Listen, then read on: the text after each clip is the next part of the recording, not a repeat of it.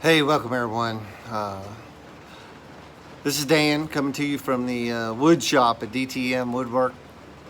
For all your woodworking needs, go to dtmww.net. Going to get a few of those things out of the way. This is on your Spiritual Underground podcast channel on YouTube. We also got that Spiritual Underground podcast out there on all the podcast platforms, or at least 8 or 10 or whatever of the major ones. So look that up on iTunes and on Google, and you can find it on Facebook. I have an Instagram page, Spiritual Underground for you. I'll try to put all that stuff down under the in the show notes so that you can find it. I will turn around real quick here. The graphic for the Spiritual Underground, if you've probably already seen it, right there.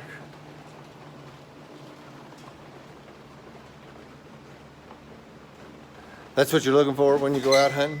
If you need links to that stuff, I'm pretty easy to find, so you can still working on looking at that camera lens.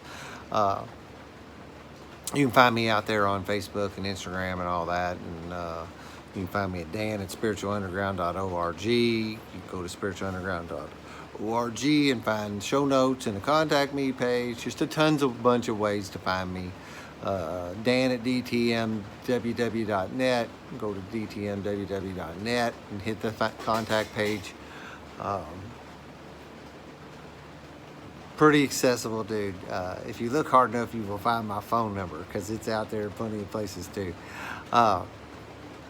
So I kind of let you down on podcasting. I saw a few subscribers moved over onto the new page from the old Doggone Hunt page. Trying to continue to do that, and get people to move over. I'm probably gonna cross-pollinate this particular video too. And so you people who are seeing it on Doggone Hunt, please go look at Spiritual Underground. You can unsubscribe from that Doggone Hunt and resubscribe to Spiritual Underground. There won't be new updates very long. I'll do this a little bit, and hopefully the people who are, hopefully some people are still watching this and will migrate over. And those who aren't interested won't. See if I can do me a little hook up here so I don't have to hold this thing the whole time. I do have a nice little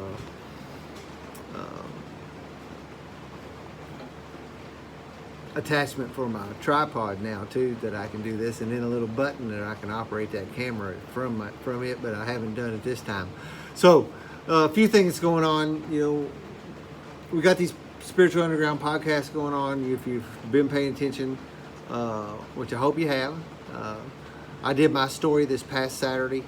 My sponsor came over and said we sat at the table, kind of turned the tables, and he interviewed me, and I told my story. In it, you heard some things, and I will. If you didn't, it's episode 122. Bruno, my daughter's dog's in here. It's raining outside, so I'm trying to settle down. I just shot one of these, and the rain noise was too loud, so I shut the door and tried to do some things that would calm that down. Hope this one is better. And sometimes it's just you get what you get, right? Just like the podcast, it just is what it is. So that's just the way it'll have to be, maybe. So where was I? Podcast, Spiritual Underground podcast. This Sunday, Mike J come in, and he told his story. So that's on deck, ready to be published. This coming Saturday, Christopher, my sponsor, is coming in, the author of the 12-Step Spiritual Recovery book. He's coming in to tell his story. And then Sunday, we got something just a little bit different. And that Nick, you've heard his story on here, and he's been on some of the round tables. He was at the Deer Hunting Podcast. He sat down at the retreat. He's usually involved with anything we're doing. And him and his wife Mindy are coming in to talk about like relationships in recovery, and she's not one of us, but they had some things they had to work through, and some challenges, obviously. They'll come out stronger for it. So we're going to talk about that a little bit this weekend, and have that podcast come out pretty soon. I don't know. I would like to think I could up the content, and I'm actually thinking about doing more of these short videos, and maybe I still got to figure out how to cross over and just put the audio on the podcast on the YouTube channel, And I really want to start putting a video element on it and get it to where some of these podcasts, I have Justin's story, and he set up his phone and taped the whole thing, so I have that too. And the TSSR video is out there from Christopher and I when we sat down and did that inaugural TSSR podcast. There's flies flying around in here, so if that's zipping around in front of you, I hope it's not too much of a distraction. So yeah, I want to try and ramp that podcast up. If you would go out to iTunes and the various places wherever you're listening, and give me a review. And specifically in the iTunes, when the app or the iOS podcast app, it's really a driver, and man, it'd help me if you go out here and give me a 5-star rating, and write a review too if you feel compelled to do that. I really appreciate it, and frankly, if you're just not really that into it, what's it going to hurt to give me a good review, right? I'll say that again. This is you put out positive into the universe, and positive comes back to you, right? So that's certainly been a piece of my life, And tonight's TSSR meeting, which we're doing on Thursday nights, and it's just going really good, and people are settled in to sharing in a way that's deep and meaningful. Frank, and you've heard his story, so y'all get to know a few of these people. He did a little thing where he had a piece of a washer, like a washer that goes on a bolt, and he had it hanging. So there was a bigger washer than this one, and he had it hanging from a piece of yarn, and he held his hand still, and he talked about the power of the mind, and he held that, and he kind of braced his arm, and he would tell that washer which way to go, and it would swing this way, and it'd swing that way according to his command, and it would do things. And everybody tried it in the room too, and they found the same thing to happen. And old Bruno laid down on the floor.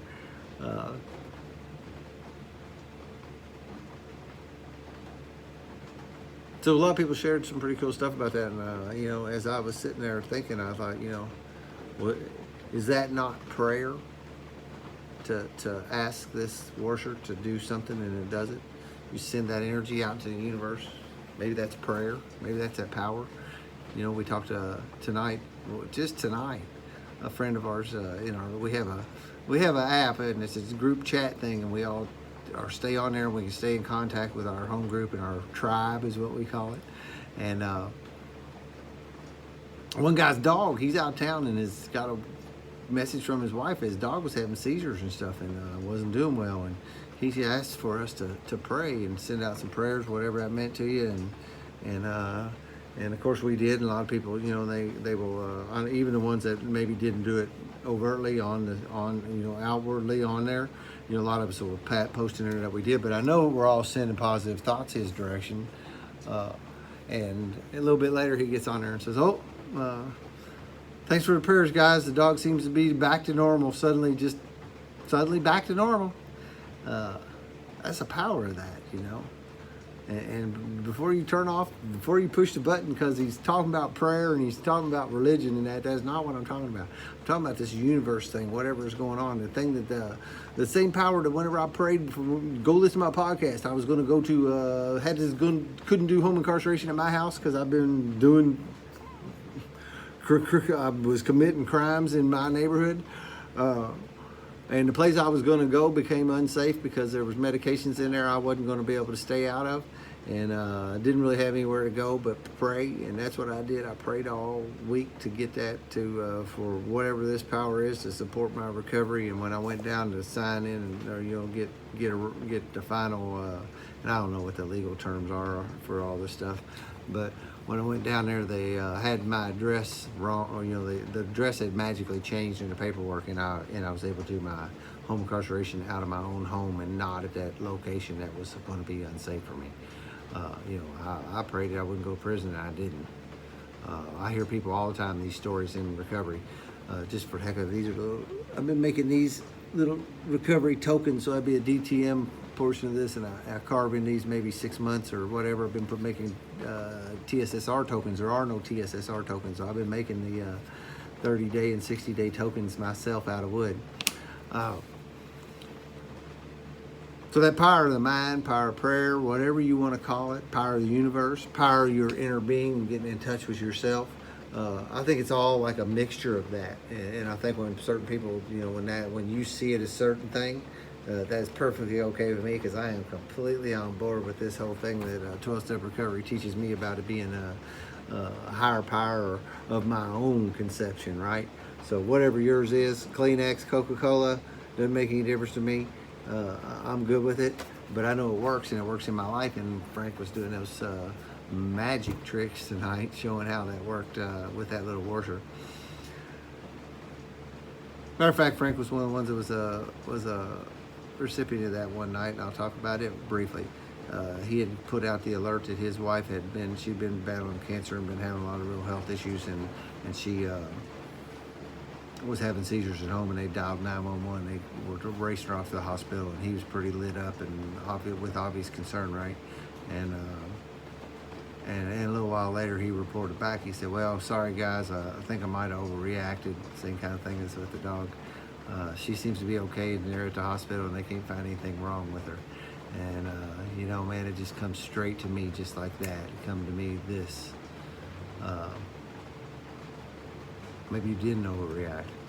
Maybe the power of prayer of this 30, 40, 50 dudes you reached out to asking for, maybe that changed the outcome.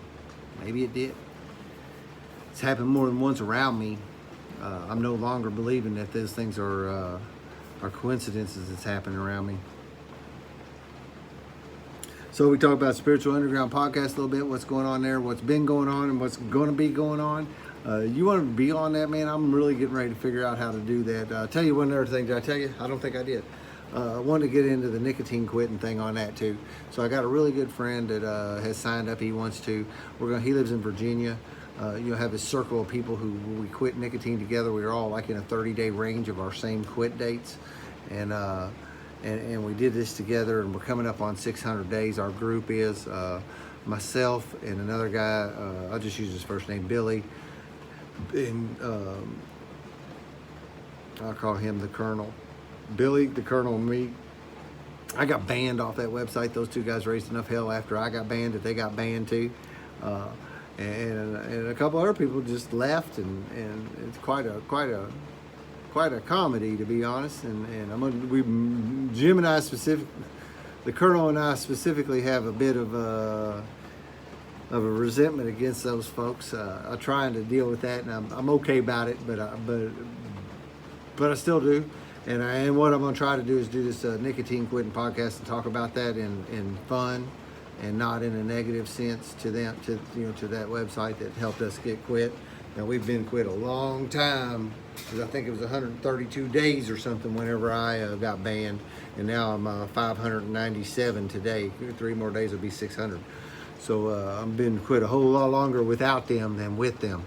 But they got me started, and met the friends that I have that allow me to stay quit. So anyway, going to try to do some nicotine quit podcasts.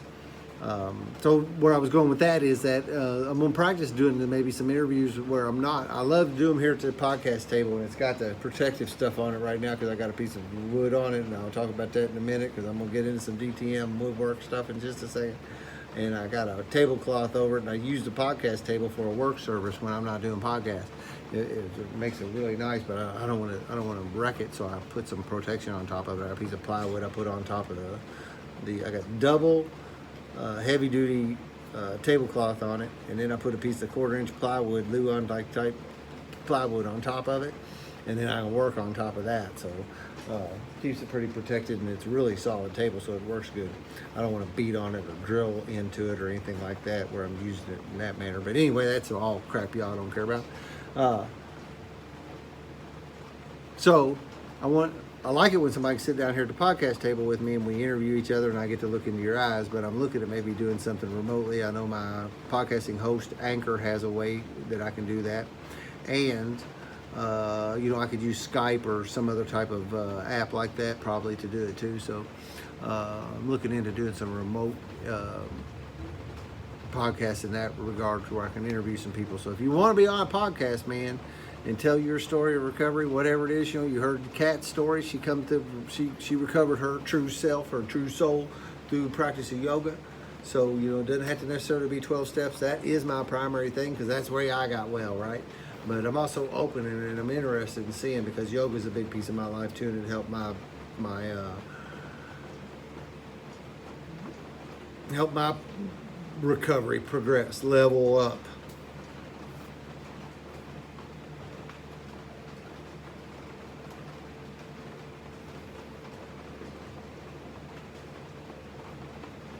So we'll go look at this little piece of project I got going on here. One other thing really quick. Some people might call this barnwood. It's an ohm symbol. It's made from a beam that come out of an old building that was demolished down in downtown Louisville. It got some real cool energy in it, man. All wood has got energy. Everything's got energy in it. But this old wood here's got energy in it. Like, man, I've seen some shit. You want that? It's out on Instagram, my DTM Woodwork Facebook page. $50. Talk to me, I'll ship it to you. A buddy of mine, did I say? Yeah, I said to go out there and give me the reviews, right?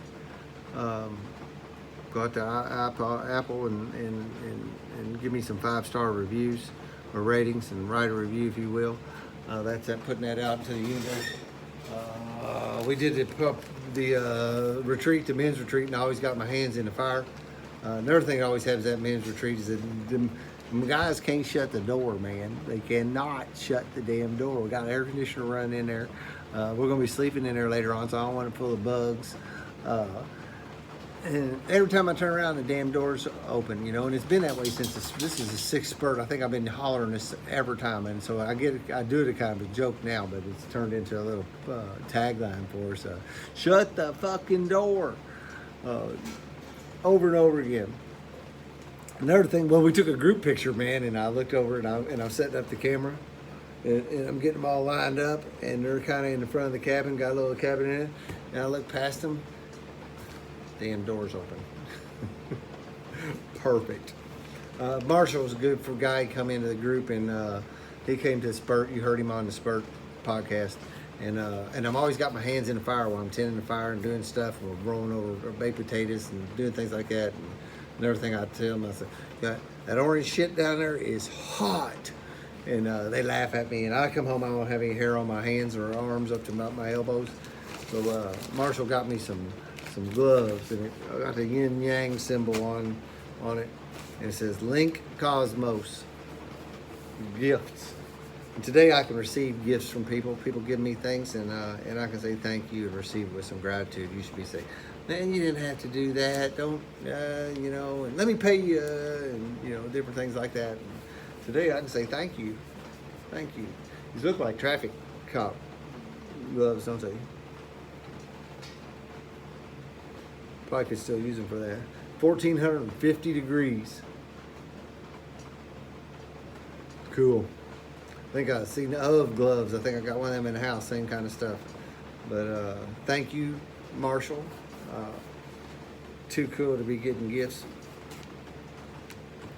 I think I got a little poem here from T.S. Eliot I'm going to read upon the closing tonight.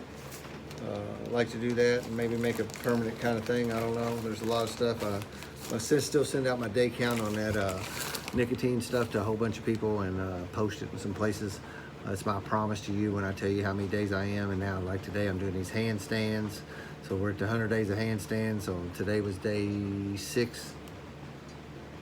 Yeah, day 6 of the handstand challenge. So now I got 3 numbers I'm posting up. My days sober, which was 1,618 days sober. 597 days nicotine free, and this was the 6th day of the handstand challenge. So I did a handstand challenge picture here, and so like for the next 100 days, one of my little obsessions is to be, as I'm traveling around, my day-to-day is look for a good spot to do my handstand picture. And people say, well, every place is a good spot, and I agree with that, but I'm looking for my spot today. So I got a little woodworking project I've done. A friend of mine, Maurice, and I'll grab a couple things, be right back.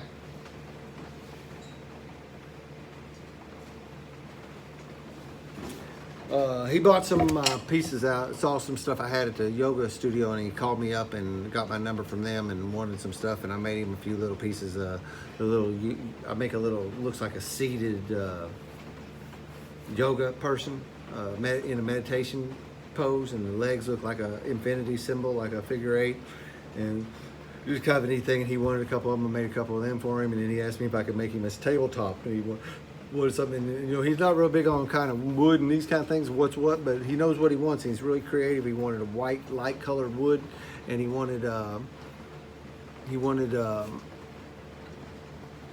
inlays in it. And so he had a buddy do the metal work, and I'll show you some metal work he's done over here, another little piece of stuff. He's got different friends and making different things, and I've been making his wood stuff. So he wanted butterfly inlays in this big white table. And so like that is routered out. And you take that, and there's a little jig, and you make a template, and you also cut yourself. This is a bad one, but it's good enough for this purpose. And so you router out this inlay, and then you router out this. Son's texting me at 11 o'clock from inside the house, but he can wait just a minute because I'm almost done. And then you put them together, and this will fit down in there. Now you got to make them right at the same time because the humidity gets in the wood and it changes things. So if you got to router out that and router out this, put them together, glue them together right now. Because if you wait till later on or tomorrow, they won't fit together. Lesson learned. I didn't know that. So he also wanted me to do that. I got that project done from him. It turned out really, really cool. And then he wanted this. He wanted a shelf, and he had a picture of it, and he said, that's what happens. People bring me something. They go, can you make me one of these except for? So I did, made this. And gave it to him. He had his metal guy make his legs. Looks like a suspension bridge. There's one there and one over here because I brought it back home. And it's really cool. But what he said, like if you look at it, it's really dark inside of there. And so he's asked me to put a hole, see if I can put a window. Now, if he had known that he wanted that in the beginning, it'd have been really easy to make it that way to begin with. But so I'm gonna take a plunge router, and cut out a window around this so that light will pour into it. So I got it back in the shop, and doing that. The router bit is a spiral upcut router bit, more than you probably want to know again, and waiting for it to come in the mail because I don't have something like that. I will now. All right, so I'm ready to sign off. This is a poem, and I was trying to talk about it when I did my podcast the other day because the first couple lines or something, when I read it, you've seen it too, probably on memes or something. And then Robin and I and Krista were walking through her neighborhood last night, lose track of days, Wednesday night, last night. And I remembered it, and then I remembered I had it in my telephone. So I read it then, and I'm just going to close with it tonight here. So we'll just go down that path here. It's from T.S. Eliot. It's Little Gidding, 1943. And these first 3 lines are the ones that you'll know, or 4 lines are the ones you'll probably know. We shall not cease from exploration, and at the end of all our exploring will be to arrive where we started and know the place for the first time. And know through the unknown, unremembered gate, when the last of the earth left to discover is that which was the beginning. At the source of the longest river, the voice of the hidden waterfall, and the children in the apple tree. Not known because not looked for, but heard, half heard, in the stillness, between 2 waves of the sea. Quick now, here, now, always. A condition of complete simplicity, costing not less than everything, and all shall be well, and all manner of things shall be well, when the tongues of flames are enfolded into the crowned knot of fire, and the fire and the rose are one. Pretty cool, man. That stuff touches me. When I do that nicotine quitting day count thing, I always add a little quote of some sort or another. That first 4 lines, I'm sure, have been one. I probably ought to recycle it. Sometimes I use Thomas Merton. Sometimes I go out some apps and get some quotes of the day. A lot of different things. Spiritual Underground Podcast. Leave me ratings. Please do that. DTM Woodwork. We're on Facebook, Instagram, all the podcasting hosts. This is the Spiritual Underground Podcast video series on YouTube. I think that's all I got tonight. So thank you for allowing me to participate in my recovery in this manner tonight. I love all of you. Peace out.